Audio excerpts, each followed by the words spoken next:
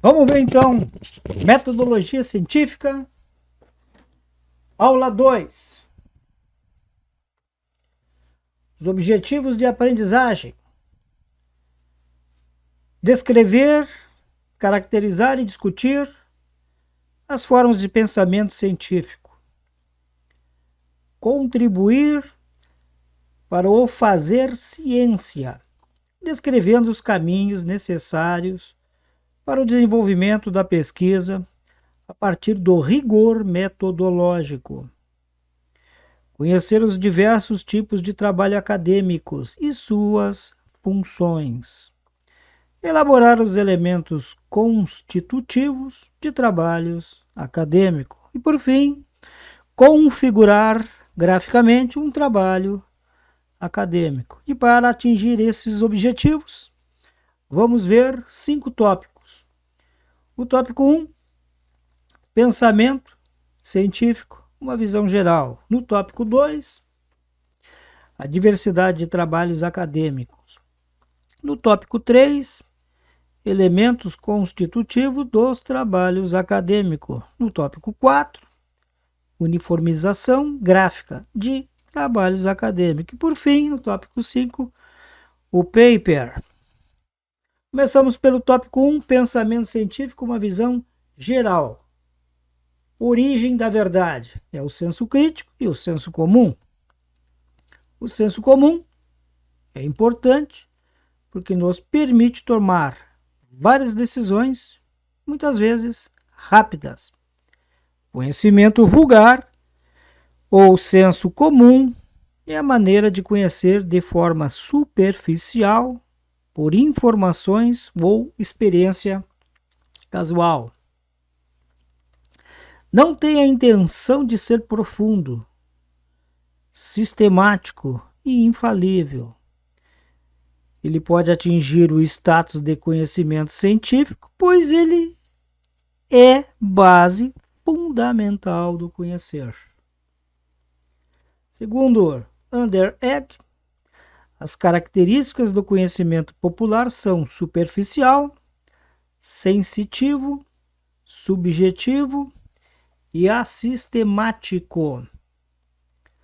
No conhecimento vulgar ou senso comum, o homem conhece o fato e a sua ordem aparente, sem explicações de ordem sistemática, metodológica, mas pela experiência, pelo costume e hábito.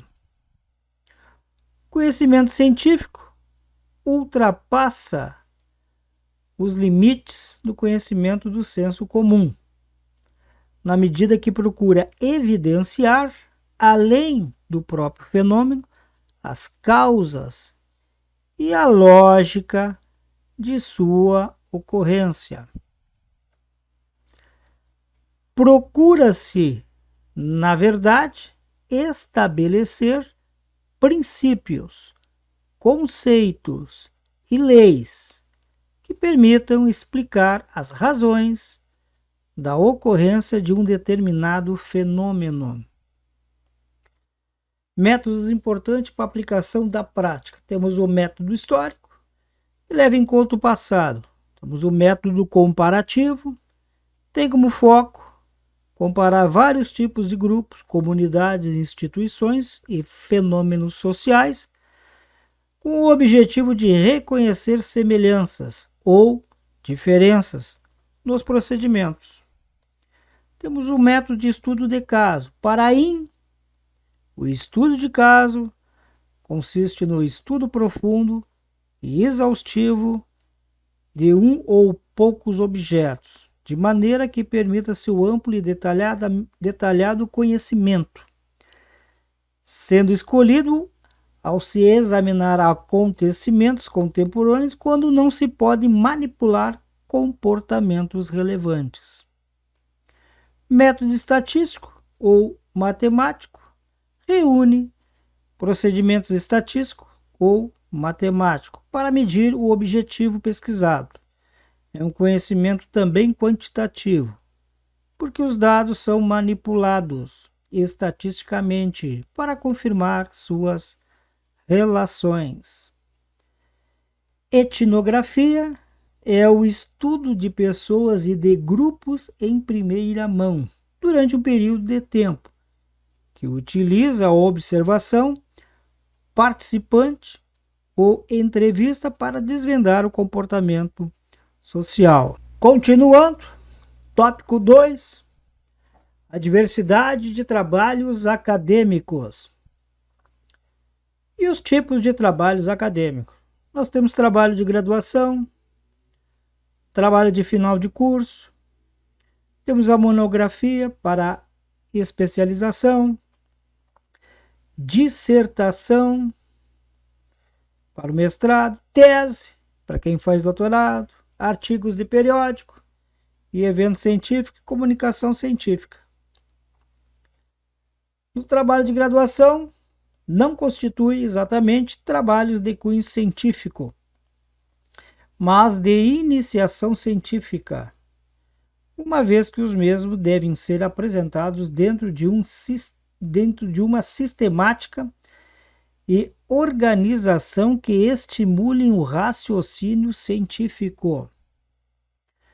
Nos trabalhos de graduação ainda, visto que o enfoque pretendido em trabalhos de graduação é voltado para a assimilação de um conteúdo específico, é comum que uma revisão bibliográfica ou uma revisão literária seja tida como suficiente. Porém, nada impede que existam outros tipos de trabalhos acadêmicos, como relatórios e pequenas pesquisas. Monografia para a especialização. A monografia, para obter o título da especialista em cursos de pós-graduação lato sensu, é parecida com o trabalho de final de curso apresentado em cursos de graduação. Também possui como objetivo levar o acadêmico a refletir sobre sobre temas determinados e transpor suas ideias para o papel na forma de uma pesquisa. Dissertações. As dissertações destinadas aos cursos de pós-graduação stricto sensu mestrado buscam, sobretudo, a reflexão sobre um determinado tema ou problema, expondo as ideias de maneira ordenada e fundamentada. E é dessa forma, com o resultado de um trabalho de pesquisa, a dissertação deve ser um estudo o mais completo possível em relação ao tema escolhido. Teses. A tese, a exemplo da dissertação dirigida para o mestrado, é o trabalho de conclusão do doutorado. Caracteriza-se como um avanço significativo na área do conhecimento e em estudo. As teses devem tratar de algo novo e inédito naquele campo do conhecimento, de forma que promovam uma descoberta ou mesmo uma real contribuição para a ciência. Tópico 3. Os elementos constitutivos dos trabalhos acadêmicos. Os trabalhos acadêmicos, eles contêm, na parte externa, capa. Na parte interna, elementos pré-textuais. O que são os elementos pré-textuais? É a capa, a folha de rosto, folha de aprovação, dedicatória, agradecimentos, lista de ilustração, lista de tabelas, lista de abreviaturas e siglas, resumo em língua vernácula ou em língua estrangeira e o sumário. Nos elementos textuais, nós temos a introdução, o desenvolvimento e as considerações finais ou conclusão. Elementos pós-textuais são as referências, os apêndices, os anexos e o índice. Na capa, a capa deve constar o nome da instituição, opcionalmente, título, subtítulo, nome do autor, cidade, data. As fontes: Times New Roman, tamanho 12, negrito apenas no título. Deixar 3 centímetros de espaço na margem superior e esquerda e 2 centímetros na inferior e direita. Na tela, modelo de capa. Parte interna, folha de rosto. Vem logo em seguida da capa. Deve conter os seguintes elementos: nome do autor, título, subtítulo, natureza do trabalho, se é monografia, se é trabalho de conclusão, nome do orientador, cidade e a data. Exemplo na tela do modelo de folha de rosto. Folha de aprovação. Título do trabalho, subtítulo, se houver, o autor do trabalho, natureza, objetivo, instituição a que é submetido e a área de conhecimento do trabalho. Membros da banca examinadora, nome, titulação e instituição a quem pertencem, data de aprovação do trabalho e assinatura dos membros componentes da banca. Na tela, um exemplo da folha de aprovação.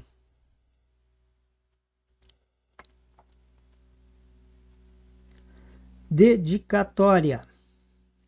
É opcional. A palavra dedicatória não deve ser usada como título.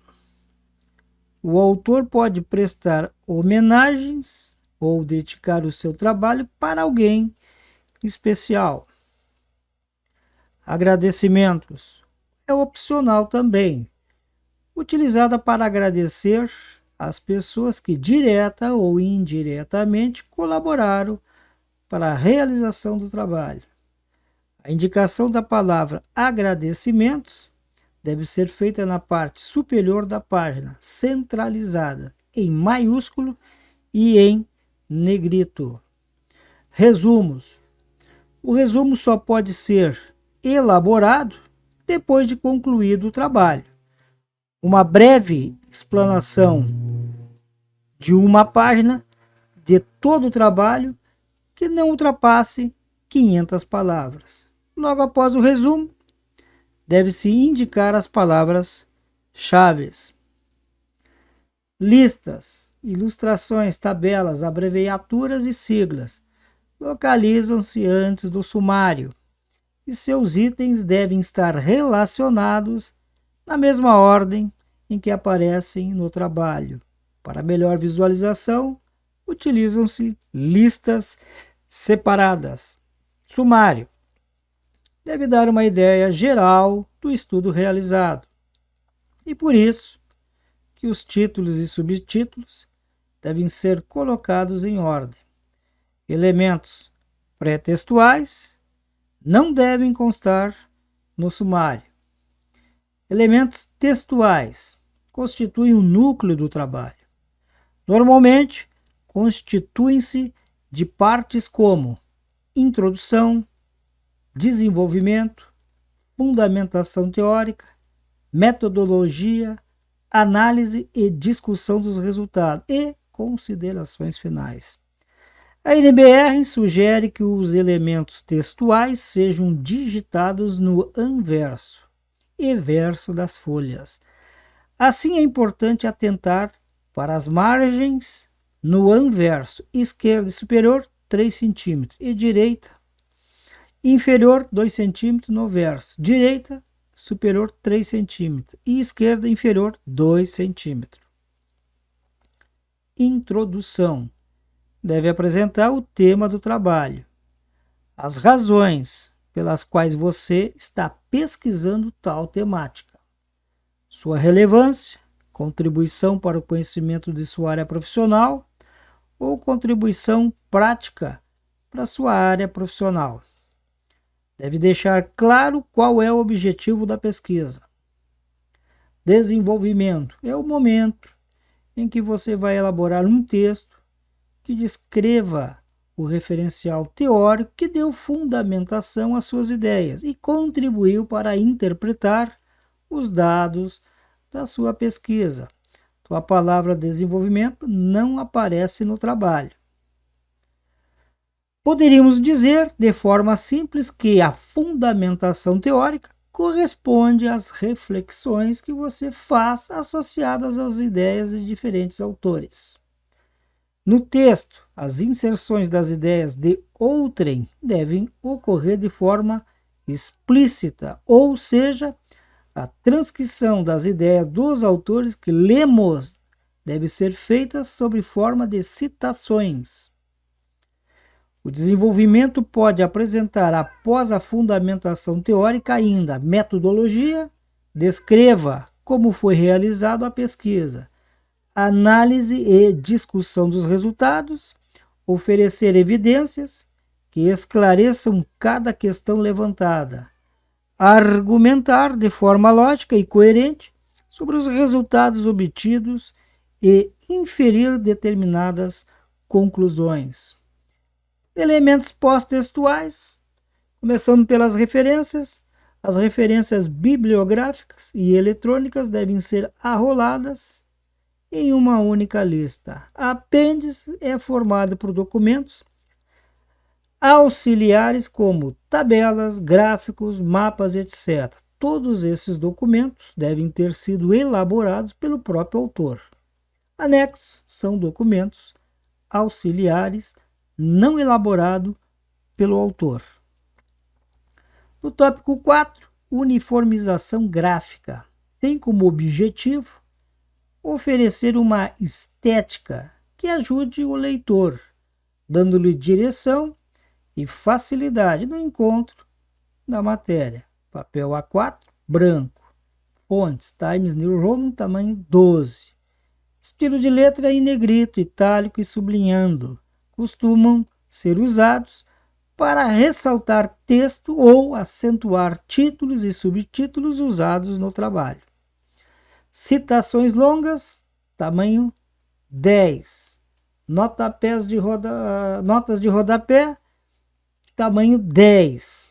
Espaçamento entre linhas, 1,5. Com exceções, as citações longas, que o tamanho é 10, e as notas do rodapé, que o tamanho é 10. E das referências, das legendas, das instruções e tabelas, o correto é usar espaçamento simples e não 1,5.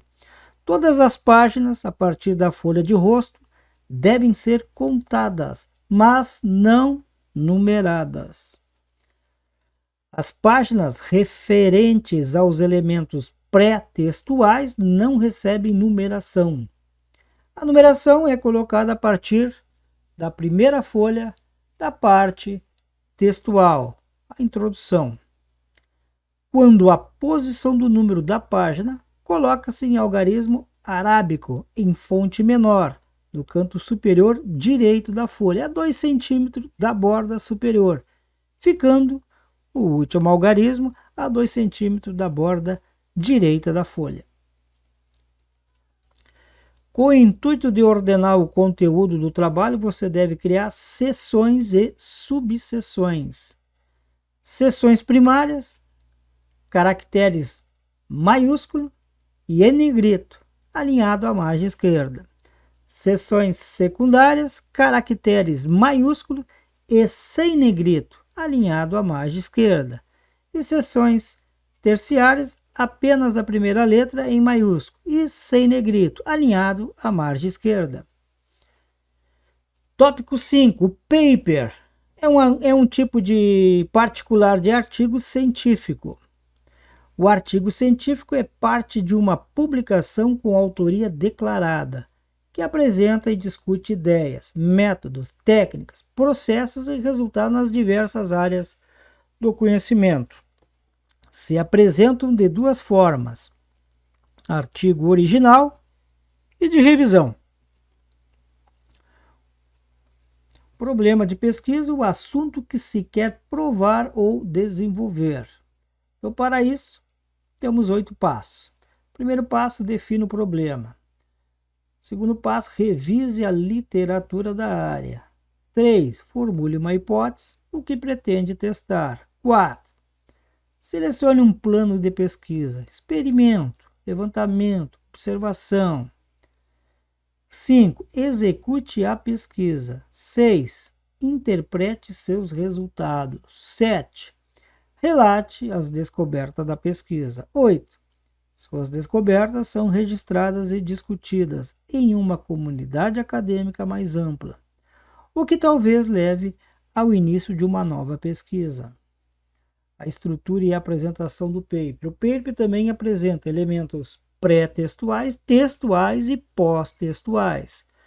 Orientações para configurar o paper. Papel A4 branco. Só use um lado para imprimir. Fontes, Times New Roman 12, exceto nas notas de rodapé, citações longas, na paginação, legendas e fontes das ilustrações e das tabelas, que devem ser em tamanho menor e uniforme. Espaçamento 1,5 entre linhas. Para parágrafo, texto, exceto no resumo, que é simples. Simples no cabeçalho, nas citações longas, nas notas de rodapé, nas legendas de quadro, nas tabelas, nas ilustrações e também nas referências, espaçamento simples. Margem, todas as margens com 2 centímetros. Numeração, no canto superior direito, a primeira folha é contada, mas não recebe a numeração. O resumo não deve ultrapassar 150 palavras ou 15 linhas no paper.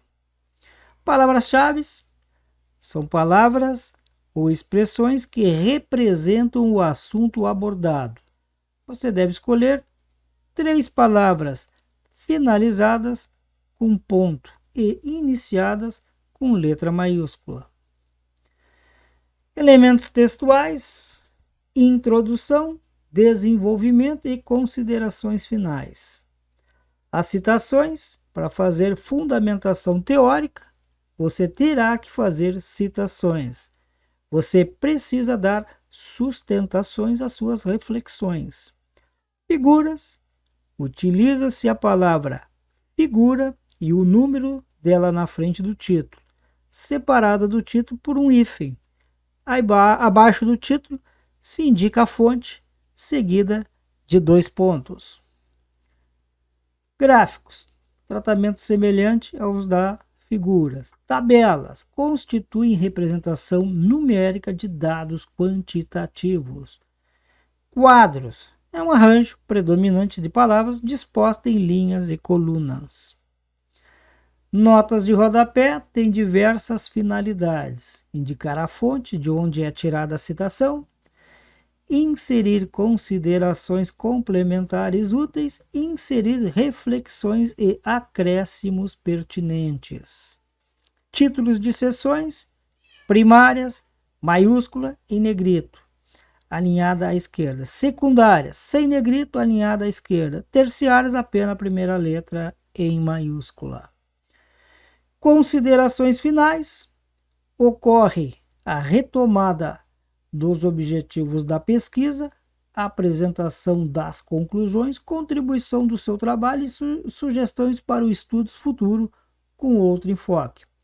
Elementos pós-textuais são referências, apêndices e anexos.